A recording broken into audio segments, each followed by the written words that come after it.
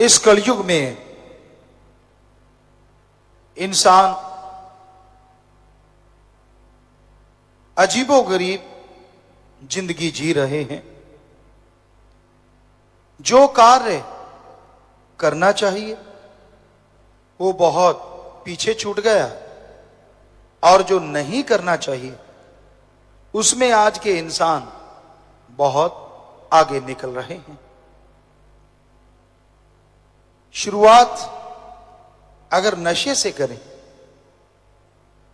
कि नशा हर धर्म में, हर मजहब में मना है, लेकिन आज के दौर में छोटे छोटे बच्चे, बड़े बुजुर्ग सब नशे में लिप्त हैं। बच्चे हैं वो जिनको अच्छे संस्कार दिए गए, बच्चे हैं वो जो सत्संग सुनते हैं, और बच्चे हैं वो जो राम से प्यार करते हैं।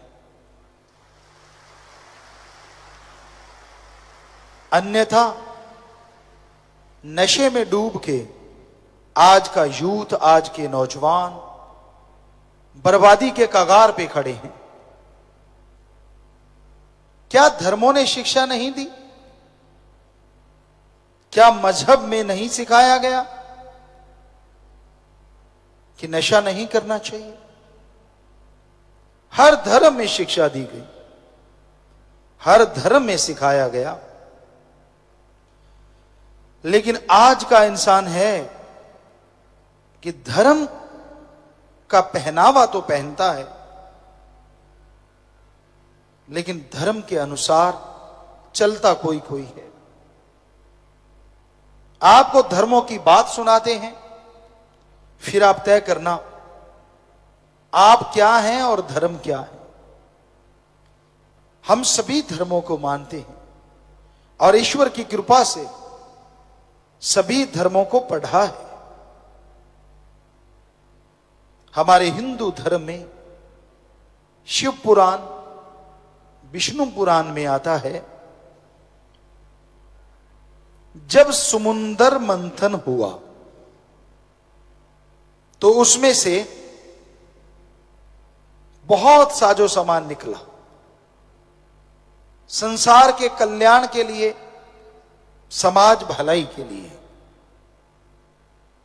लेकिन उसमें से शराब निकली और भी बहुत सारे नशे निकले। तो बाकी जितना भी अच्छा साजो सामान निकला, मनुष्य, देव, गंधर्व सब ले गए, लेकिन जितने नशे निकले सब राक्षसों ने खाए पिए। इसलिए हमारे हिंदू धर्म में लिखा है नशा ना करो, वरना आपके राक्षस प्रवृत्ति आ जाएगी, आपके घर में लड़ाई झगड़े होंगे, आपके घर से प्यार पंख लगा के उड़ जाएगा, ईर्ष्या होगी, नफरत होगी, द्वेष द्वेष होगा, शरीर में बेचैनी होगी, बीमारियां होंगी, परेशानियां होंगी, बात बात पे तुनक मिजाज, गुस्सैल हो जाएंगे आप।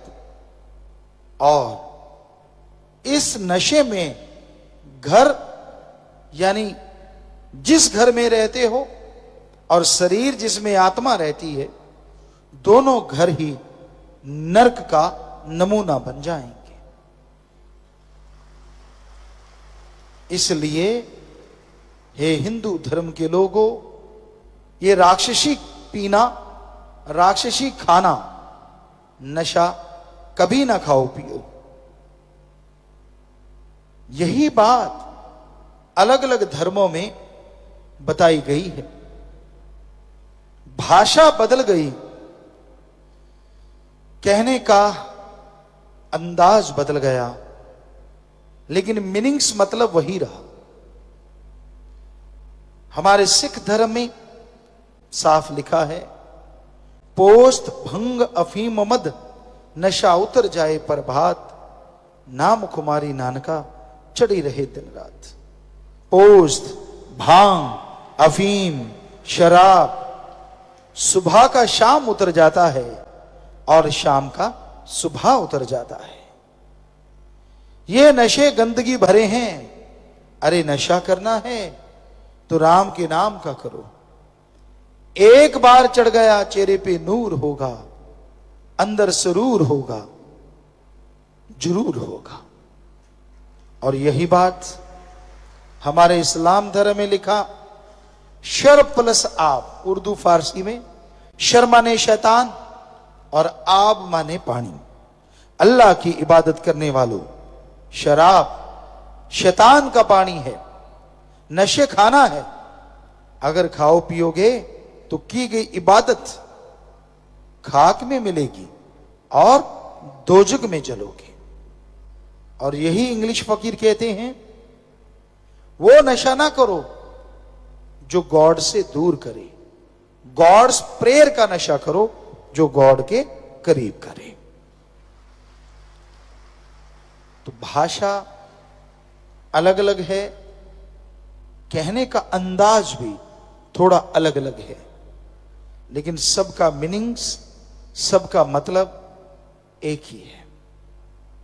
नशा ना करो, नशा बर्बादी का घर है, नशा बर्बाद कर देता है। पर यह शिक्षा धर्मों में तो है, पर शिक्षा में नहीं। शिक्षा प्रणाली में भी अगर बचपन से ही बच्चे को ये शिक्षा दी जाए,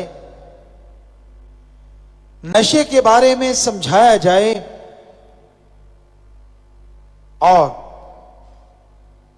जिस तरह पढ़ाई होती है, ए फॉर एप्पल सिखाया जाता है, काश डी फॉर ड्रग और नीचे लिखा जाए नरकों की नानी।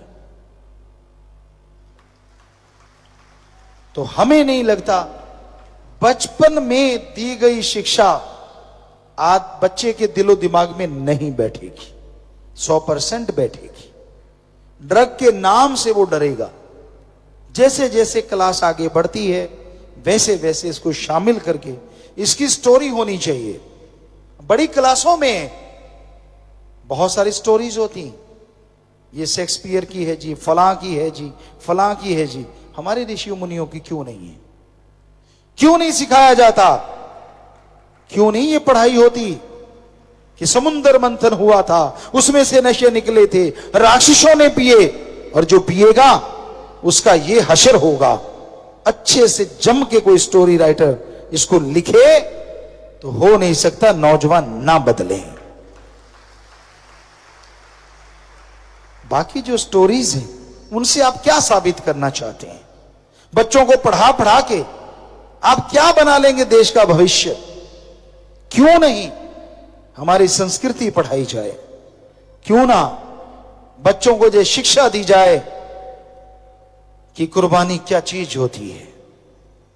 कौन था दधीची? कम लोग जानते हैं। बहुत सारे और राइटर जो विदेशी हैं जिनका कोई तुकबंदी नहीं है, इतिहास में बड़ा कुछ सिखाया जाता है, जिंदगी में जो एक पैसा भी काम नहीं आता।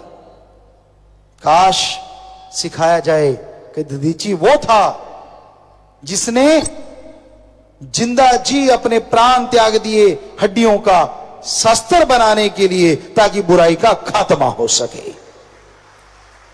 बच्चों के अंदर एक भावना पैदा हो, बच्चों के अंदर एक जागृति आए। क्यों नहीं ऐसा? इसमें तो सबका ही भला है।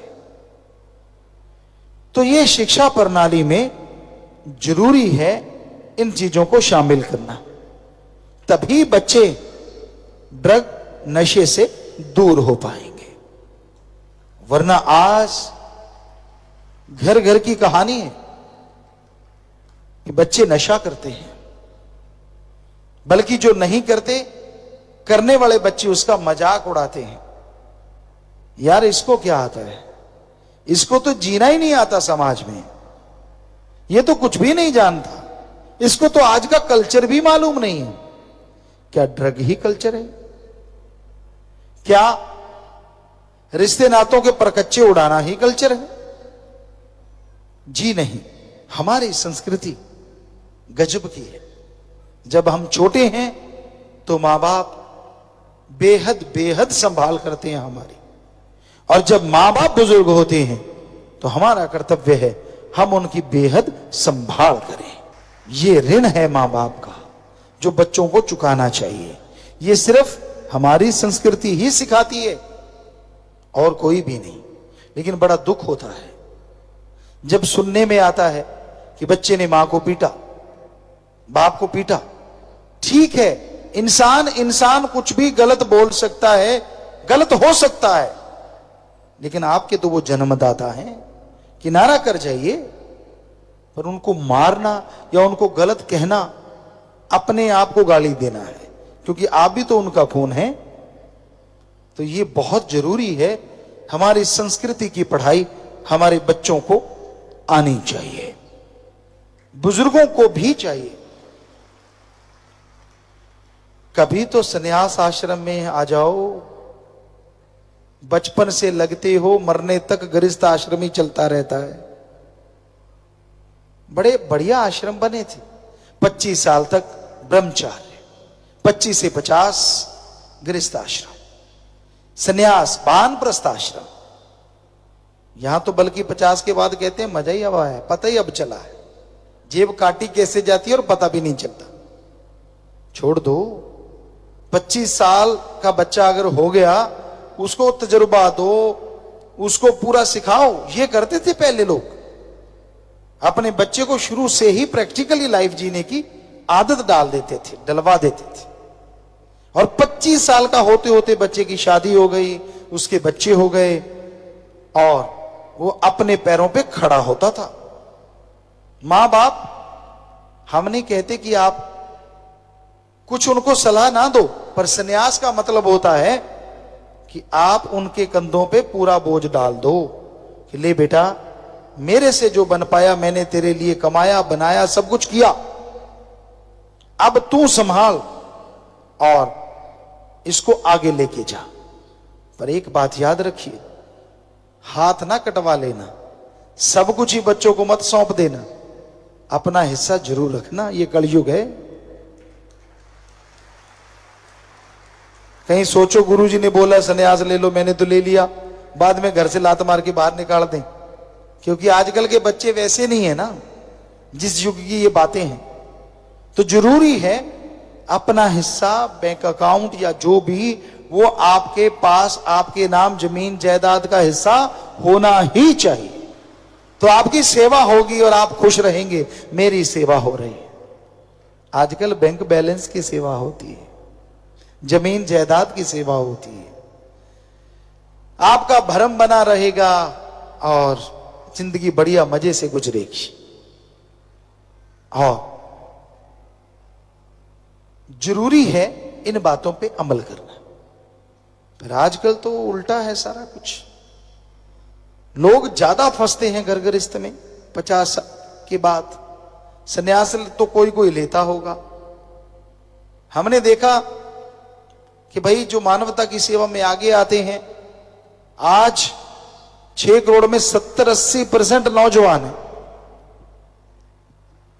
यानी नौजवान बीड़ा उठा रहे हैं समाज को बदलने का, और बुजुर्ग कहते ना अभी तो पता चला है जिंदगी का मजा कैसे लें। फंसे हुए बुरी तरह से। पर जो सेवा पर करने आते हैं, भला कर्म करते हैं, समय निकालते हैं, उनको बहुत आशीर्वाद। कम से कम संन्यास आश्रम उन्होंने ले तो रखा है। रहो घर में, रहो परिवार में, लेकिन दखल अंदाजी छोड़ दो। कई होते बिना वजह आवाजें मारते रहते। बच्चा काम धंधे को जाता है, पीछे से आवाज, किधर चला? कहता कुएं में छलांग मारने जा रहा हूं। मारोगे? बच्चे आजकल के बड़े अजीबो, कहना नहीं चाहिए उनको ऐसा, लेकिन नहीं मानते भाई, गुस्सैल है। तो आप पूछते क्यों, किधर चला किधर नहीं चला? ये क्या 4 पैरों पे चलने वाला है? यानी बचपन वाला तो नहीं है, बड़ा हो गया अब, जाने दो जिधर जा रहा है, काम कर रहा होगा। अगर आपसे सलाह लेता है तो जरूर दो, प्यार से अगर कहोगे तो वो सलाह भी लेगा, लेकिन बिना वजह टोका टिप्पणी, गलत चल रहा है तो प्यार से समझाओ कि बेटा नहीं चलना चाहिए। पर हमने जो देखा 6 करोड़ में से यूथ ज्यादा जुड़ा है, बल्कि नौजवान अपने माँ बाप को सुधार रहे हैं कि पापा गलत मत चला करो, सही चलने लग जाओ, बहुत जिंदगी चल रही है, अब तो सुधर जाओ। यही है कलयुग। बेटियां माँ बाप को संभाल रही हैं, बेटियां माँ बाप का फायदा कर रही हैं, बेटे कर रहे हैं, बड़ी खुशी होती है। कहां तो मां बाप को समझाना चाहिए और कहां बेटे बेटियां समझा रहे हैं, इसी का नाम तो कलयुग। तो ये नशा, ये ड्रग्स कोई भी लेता है, बच्चे से लेके बूढ़ा तक, ये बर्बादी का घर है और कुछ भी नहीं। रोकिए, अपने घर में फैलने वाली इस कैंसर की बीमारी से बचिए। ये ऐसा कैंसर है जो एक को नहीं पूरे परिवार को निगल जाता है। ये ऐसा दैत्य है जो एक को नहीं पूरे परिवार को खत्म करने की सोचता है, जिसका नाम है ड्रग, नशा। एक भी घर में नशेड़ी हो, घर नरक बन जाता है, और अगर सारा परिवार हो तो महानरक। इसलिए साध संगत पूरे जोर शोर से जुटी हुई है, ज्यादा से ज्यादा लोगों का नशा छुड़वाती है, उनको लेके आती है, राम नाम से जोड़ती है। और कोशिश किया करो, जिसको आपने राम नाम से जोड़ा है, अच्छाई से जोड़ा है, उसको फॉलो किया करो, कहीं फिर से तो नहीं बुराई पे लग गया। कोशिश किया करो, बाकी तो राम जाने। क्योंकि आपकी वो कोशिश अगर उसे बचाए रखेगी तो भगवान भी आपको दुख मुसीबतों से बचाए रखेंगे, खुशियों से लवरेज रखेंगे। तो आज के दौर में, इस कलयुग में, इस दैत्य को भगाने की बड़ी जरूरत है। और हम तो यही गुजारिश करेंगे, क्यों ना हमारी शिक्षा प्रणाली को सुधारा जाए, क्यों ना इसे प्रैक्टिकल लाइफ की तरफ मोड़ा जाए। इंजीनियर बनना चाहते हैं तो उनसे इंजीनियर के कार्य भी करवाए जाएं, सिर्फ थ्योरी पढ़ा के ना छोड़ा जाए। क्योंकि कई बार होता है थ्योरी आती है और पता होता नहीं करना कैसे है। अब पता है थ्योरी का कि ऐसे हाथ चलाने होते हैं, पांव चलाने होते हैं, पढ़ लिया, और उसको पढ़ के कोई कुएं बड़े नदी में छलांग मार दे कि मैंने तैरना कैसे पढ़ा हुआ है, वो तो डूबेगा ही, क्योंकि प्रैक्टिकल तो कभी किया ही नहीं, करके तो कभी देखा ही नहीं। तो इसलिए प्रैक्टिकल लाइफ पे भी पूरा जोर देना चाहिए। जो हमारी संस्कृति रही कर्मयोगी और ज्ञान योगी, जो ज्ञान पढ़ाया जाता था गुरुकुल में, उस पे कर्म करना भी सिखाया जाता था कि ये ज्ञान है और इसको ऐसे किया जाता है। उदाहरण के तौर पे दूध में से घी कैसे निकालना है, ये तो सिखाया जाता ज्ञान कि दूध में से घी निकलता है, उसको जमाया जाता है, छाछ लगाई जाती, खट्टा लगाया जाता है, बिलोया जाता है, मक्खन आता है, और गर्म करने पे घी जरूर आता है। ये तो सिखाया जाता है। लेकिन पुरातन काल में वास्तव में हर बच्चे से दूध में से घी निकलवाया भी जाता था। इसे कहते हैं प्रैक्टिकल, कि बेटा ये थ्योरी है ज्ञान जोगी, और अब आजा कर्म जोगी। तो मजा है। आज सिर्फ ज्ञान जोगी बनते जा रहे हैं, इसलिए बेरोजगारी ज्यादा बढ़ी हुई है। कर्म के नाम पे कुछ आता जाता नहीं, और या फिर सिर्फ कर्म है, ज्ञान के नाम पे कुछ आता जाता नहीं। दोनों एक दूसरे के बिना अधूरे हैं। ज्ञान जोगी भी होना चाहिए और कर्म जोगी भी। दोनों होंगे तो बच्चा जिंदगी में सफलता के झंडे जरूर गाड़ेगा। ऐसा नहीं इसमें कोई भी नहीं है, बहुत बच्चे हैं जो ज्ञान जोगी भी हैं, कर्म जोगी भी हैं, पर ज्यादा गिनती अधूरेपन की है। तो जरूरी यही बनता है कि वो शिक्षा दी जाए जिसका कोई मतलब है, जिसका कोई मीनिंग्स है, वो जरूर लगाई जाए बचपन से ही। आज हमारे देश में बेहद जरूरी है नशे पे शिक्षा होनी ही चाहिए। पहले में ये बता दिया, जैसे आपको बोला डी ड्रग, और फिर धीरे धीरे अगली क्लासेस में कि कौन से नशे से क्या क्या बीमारियां, उनके सवाल आए जब पेपर हो कि भाई ये नशा करने से क्या बीमारी होती है, ताकि बच्चे के माइंड में फिट रहे, क्योंकि वो याद करेगा और आंसर देगा तो पता चलेगा अच्छा बड़ा होगा इतनी बीमारियां होती हैं।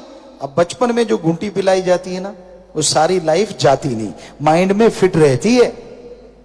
तो ये शिक्षा की अति आवश्यकता है आज हमारे देश में, आज हमारे समाज में, क्योंकि नशे से घरों के घर बर्बाद हो रहे हैं, माता बहनों का बुरा हाल, परिवार का बुरा हाल है, घर घर नशा पाया जाता है, छोटे छोटे बच्चे नशा करना सीख रहे हैं।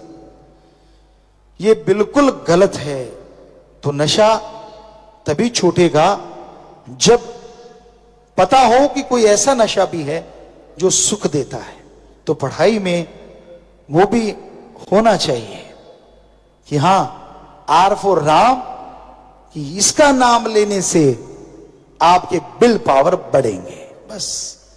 और फिर जैसे जैसे शिक्षा आगे बढ़े उसी पे आगे से आगे चर्चा होती जाए और बच्चों को पता चल जाए कि हां, मेरा विल पावर, मेरा आत्मबल ऐसा करने से बढ़ेगा, तो वो बुलंदियों को जरूर छुएगा।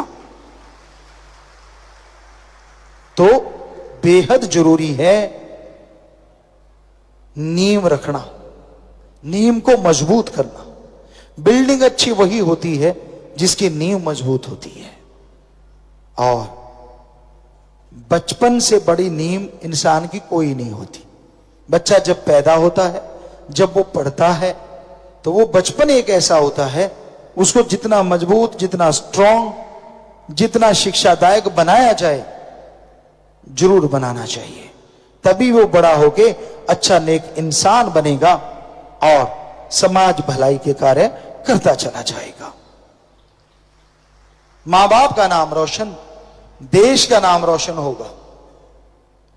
तो आप अगर बाहरी शिक्षा ऐसी नहीं है तो मां बाप बच्चों को ये शिक्षा दे सकते हैं, और ऐसी शिक्षा होनी चाहिए, ऐसी बुक सामने आनी चाहिए, और मां बाप भी संस्कार अच्छे दें, बच्चे को सिखाएं कि बेटा ऐसा खाना खाने से यह फायदा है और ऐसा खाना खाने से यह नुकसान है।